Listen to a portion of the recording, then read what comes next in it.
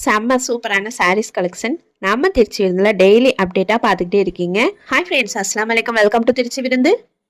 நம்ம திருச்சி விருந்துல ஏற்கனவே ஒரு வீடியோ போட்டிருந்தேன். பல்க் ஆர்டர் ஒருத்தவங்க வாங்கியிருந்தாங்கன்ட்டு அவங்களே மறுபடிக்கும் இன்னொரு பல்க் ஆர்டர் வாங்கினாங்க. ரொம்ப கம்மியான மார்ஜின்ல தான் இந்த ஆர்டர் வந்து உங்களுக்கு கொடுத்துருந்தேன். ஸோ உங்களுக்கும் உங்கள் வீட்டில் ஒரு விசேஷமோ ஒரு கல்யாணமோ இந்த மாதிரி பல்க் ஆர்டராக வேணும்னா கண்டிப்பாக நம்மளை காண்டாக்ட் பண்ணுங்கள்.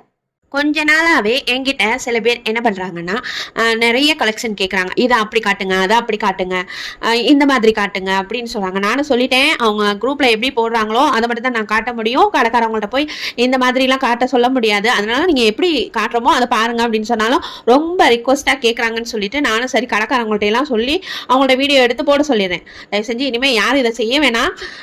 நான் இனி செய்ய மாட்டேன். இனிமே யார் அது மாதிரி சொன்னா கூட நான் செய்ய மாட்டேன். ஏன்னா எனக்கே ரொம்ப இதாயிடுச்சு, சங்கடம் ஆயிடுச்சு. சரி எப்படியும் வாங்கிருவாங்கிற நம்பிக்கையில நானும் சரின்னு திருப்பி அவங்கள்ட்ட கடைக்காரவங்கள்ட்ட சொல்லி வீடியோ எடுத்து போட்டா கடைசியில என்ன பண்ணிடுறாங்க, ஜிபே இல்ல எனக்கு கேஷ் ஆன் டெலிவரி வேணும் அப்படிங்கிறாங்க.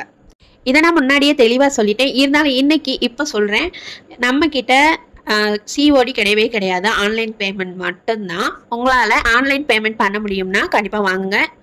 சிஓடி கண்டிப்பாக கிடையவே கிடையாது. நான் ஃபர்ஸ்ட்லேயே இனிமேல் சொல்லிடுறேன், இப்போவும் சொல்கிறேன்.